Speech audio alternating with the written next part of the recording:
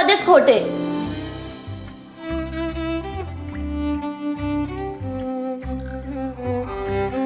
परत मला तुझं तोंड दाखवू नकोस.